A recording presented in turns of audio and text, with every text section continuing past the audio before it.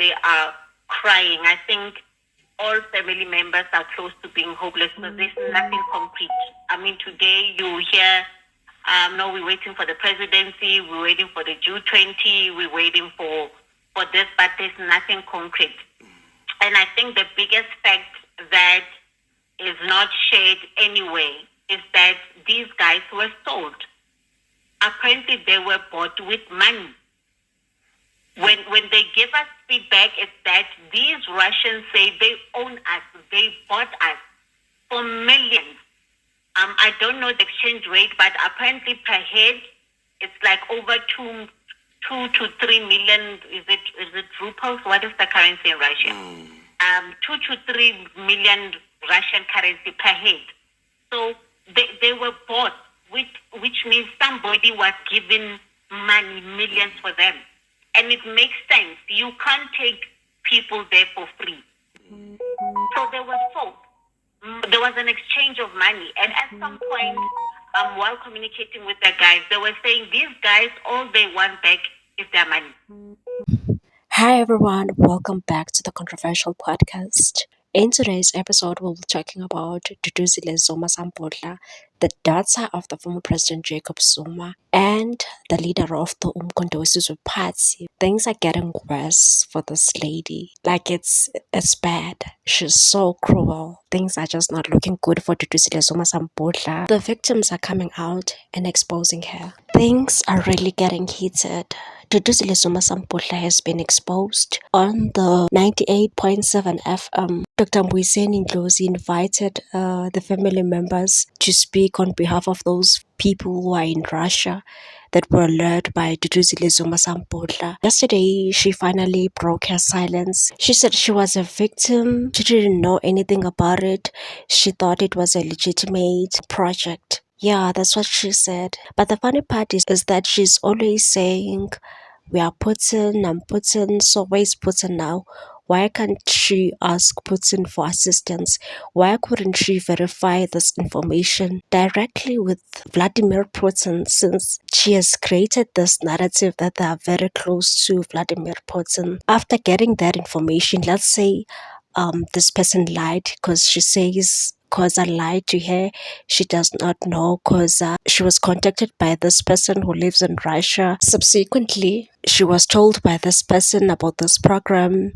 Then she decided to recruit other people. So if that information was correct, why couldn't she verify with Putin or ask the government in Russia, since her father is close to Vladimir Putin? That's what she's always saying on social media.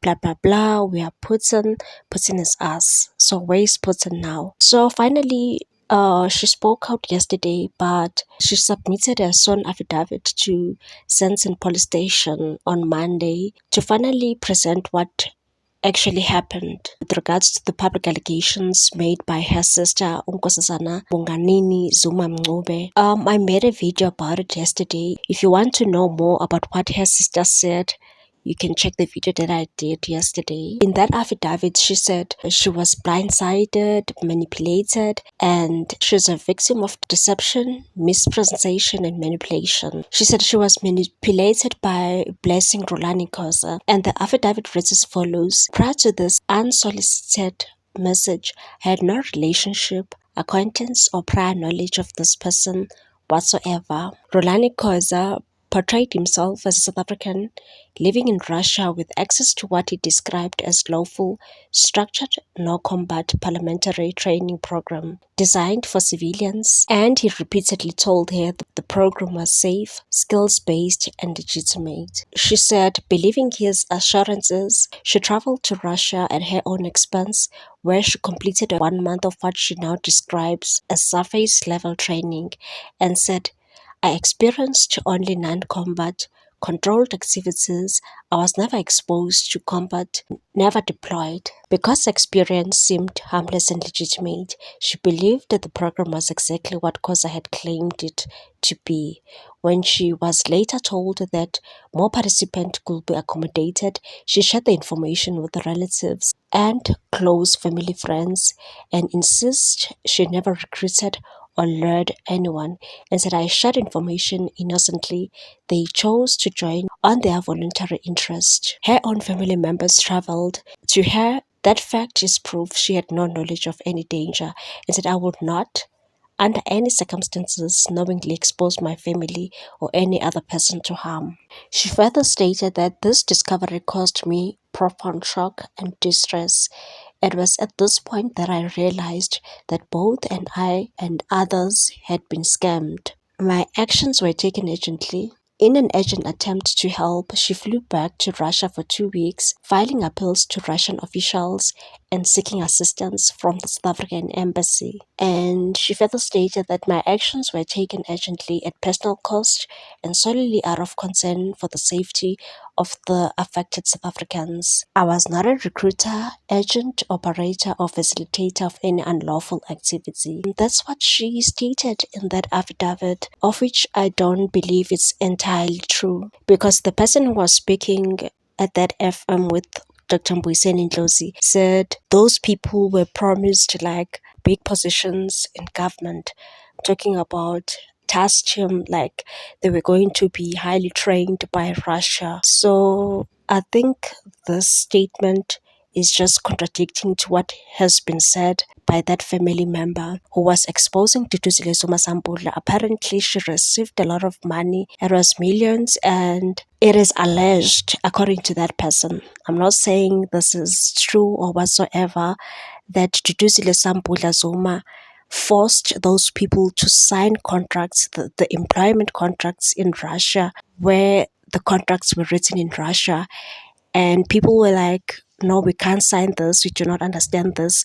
So she flew to Russia and forced those people to sign, because those people were going to receive some sort of a stipend, and allegedly she took that money and said, no, this is for flights. We also paid accommodation for you guys, so you're not gonna get this money. That's how greedy she is. I mean, Duduzile Sambula is just stupid and greedy, and those people are just stupid. I don't want to lie. How can you promise people top jobs in government by the opposition party? The Umkhonto weSizwe party is not in government. It's not in the government of national unity. It's just an opposition party. So I don't understand, why would you be manipulated by somebody who's not leading the country, saying you'll get a bigger position in SAPS? And the way that lady explained, she said everything was in a rush. She was talking about visa, proper document. So it might happen that those people are there illegally, because she said something like 2 weeks, then they left. Like, honestly, that lady saw the red flags and they never bothered to go to SAPS. That's how stupid they are. I don't feel sorry for them. I'm sorry, guys. Because not so long ago, we were talking about influencers who received money and they were trafficking people. Same thing. They were trafficking young girls. I'm talking about somebody was 18. They said, in order for you to join the program, you need to be 18 to 22 years. That was just as trafficking. I don't want to lie. That's what we suspected, and it was true, because Anelem also did an interview and called those people, and indeed that program was just dodgy, and we made a lot of noise. So that woman just confirmed that no, we were not sure about this because of how things were rushed. Why couldn't they just go and contact the SAPS or go to the Department of International Relations and acquire about this program? Why couldn't they do that? Like, they just wanted to be scammed. I don't feel sorry for them. Quite frankly, I don't feel sorry for them. And Duduzile Zumasambula must face the consequences. She needs to be arrested, like for real. This is totally wrong. People are trusting you, and here you are luring people just because you want money. You had to lure your own family members just because you want money. Clearly, the Zuma family is not united. And I hope now people will realize that Umkhonto weSizwe party is just the party that we don't need. I don't know. Maybe they were trying to stage a coup, because the former president Jacob Zuma once said that he wants to train South Africans. We don't have a military. Our military is just weak. Maybe he was trying to do that. I don't understand. And there's no way that he does not know about this saga. He definitely knows about this saga, because they have received money. And it's a lot of money. And there were allegations that that the Umkhonto party chowed about 70 million rand, something like that. I'm just going to put those clips and hear what that person has stated. That's how it was explained. So it was like a 2 weeks notice, and to be 100% honest, the only reason I think 90% of them are there because of family, because they are related to the Zuma family. So is my partner. He is also family. So this came from their sister Duduzile. It came from Umam Sipogazi, Uma, who is, we know her as a partner. I say a partner. I don't want to be disrespectful and say wife, but we know her and trusted her because she's a partner. Gababa umama sekai, you know. Gababa Umsholot. Yes. So she is one of his wives. Hence, I'm correcting myself by wife because I'll say wife and they'll say she's not married. So, but umama Gabab Zuma. So that is why all the guys trusted this, because it was from Ekaya, you know. I don't think there was absolutely no reason for them to even question anything which is authorized by Ududuzile and authorized by the old man, you know. That is how they ended up there. Everything was so quick. It was rushed. Paperwork was so quick. I started questioning a lot of things. I started doing a lot of research because a lot of things did not make sense to me beforehand. So I started questioning a lot of things. Even on the day they left, 90% of the trips still did not make sense to me. In terms of when were visas applied for, you have no paperwork. You have, when were all these things done? So that was my problem. And true to call, I was correct. Yeah. Were they promised or given any means of sustenance, a stipend, or any form of assurance that they are going to get accommodation, money to live there in the program, any of that? They were assured a very lucrative stipend. I don't think there's any sober man who has a family, and some of them left companies, some of them left work. They were full-time employed. I don't think there's any sober man who would leave for Russia if they were not promised something good. So they were promised very good stipends, and the contracts they were promised when they come back was even better, you know. And the other thing that was convincing, Duduzile traveled with them. I know most of the information in the media, it said that they were going for bodyguard training, which is false, because I think 70% of them are highly qualified bodyguards who have extensive experience, and some of them have been guards for a lot of prominent people in this country. So the training was not for bodyguards. They were told that this is a special forces program that will elevate them where they are, and they're going to be put in government and in the defense force. So like a special task team. That's how it was explained.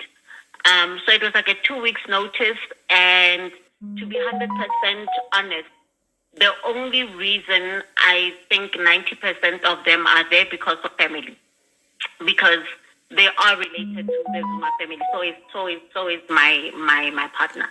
The Ukraine's ambassador to South Africa, Alexander Schipa, spoke to Newsroom Africa and said prominent South Africans were involved in luring a group of South Africans who are now fighting in Ukraine on behalf of Russia. He said he verified the information and found that there were no South Africans fighting on his country's side, and said those people were led under the participation of some South African prominent people against the law in South Africa to fight in this war of aggression against Ukraine.